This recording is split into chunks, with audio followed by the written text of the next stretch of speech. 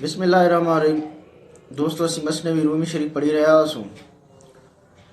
तक़रीबन मसनवी रूमी शरीफ जे दफ़्तर पहिरें मां 14 किस्सा मुकमल थी चुका आहिनि। हाणे किस्सो नंबर 15, वज़ीर जो ईसाइनि सां धोखे जो इरादो ऐं साणनि मकर करणु।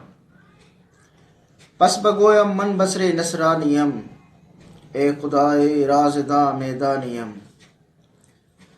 पोयां चवंदुसि त पोशीदा तौर ते ईसाई आहियां, ऐं राज़दान ख़ुदा तूं मूंखे ॼाणी थो। मतिलब त बज़ाहिर यहूदी पर पोशीदा ईसाई आहियां।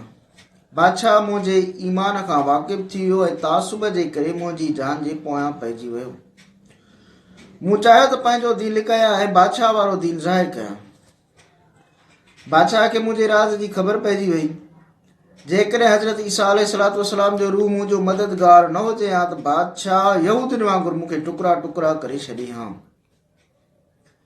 हज़रत ईसा अलैहिस्सलाम जे लाइ जान ॾियण जी तमन्ना आहे। जेकॾहिं उहा सआदत मिली वञे त हज़ारे एहसान मञा।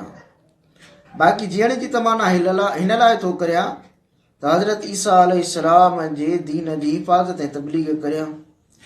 अल्लाह ऐं ईसा अलैहिस्सलाम जो शुक्र आहे त असीं उन सचे दीन जा रहनुमा बणिजी विया आहियूं। जॾहिं खां असां जणियो ॿुधो आहे तॾहिं खां यहूदियत असां खां छॾाए वई आहे। हिन वक़्तु माण्हू हज़रत ईसा अलैहिस्सलाम जी शरीयत जा मुकलफ़ आहिनि। उहो ईसाइनि सां अहिड़ीअ तरह ॻाल्हियूं करे रहियो हो, पर दिलि में बादशाह जो गर्विदा ऐं आशिक़ हो। बादशाह खे चयईं त सब्र कर, आउं हिननि जी पाड़ पटे वठां।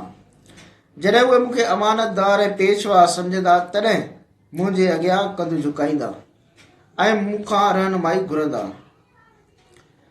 जॾहिं बादशाह वज़ीर जे अॻियां उहो फ़रेब बयानु जॾहिं वज़ीर बादशाह जे अॻियां उहो फ़रेब बयानु कयो तॾहिं बादशाह जी गिणती ख़तमु थी। उनखां पोइ हुन जा हथ पेर नक ऐं कन कटे खेसि ईसाइनि जे इलाइक़े में कढी छॾियो। उन ईसाइनि जे इलाइक़े में तबलीग शुरू करे ॾिनी। ईसाई उन जी आजिज़ी ऐं बदहालीअ ते रोइण लॻा। ए छोकिरा, दुनिया जो उहो हाल आहे। हज़द उहो सभु कराईंदो आहे जेको वज़ीर ईसाइनि सां करे रहियो हुयो।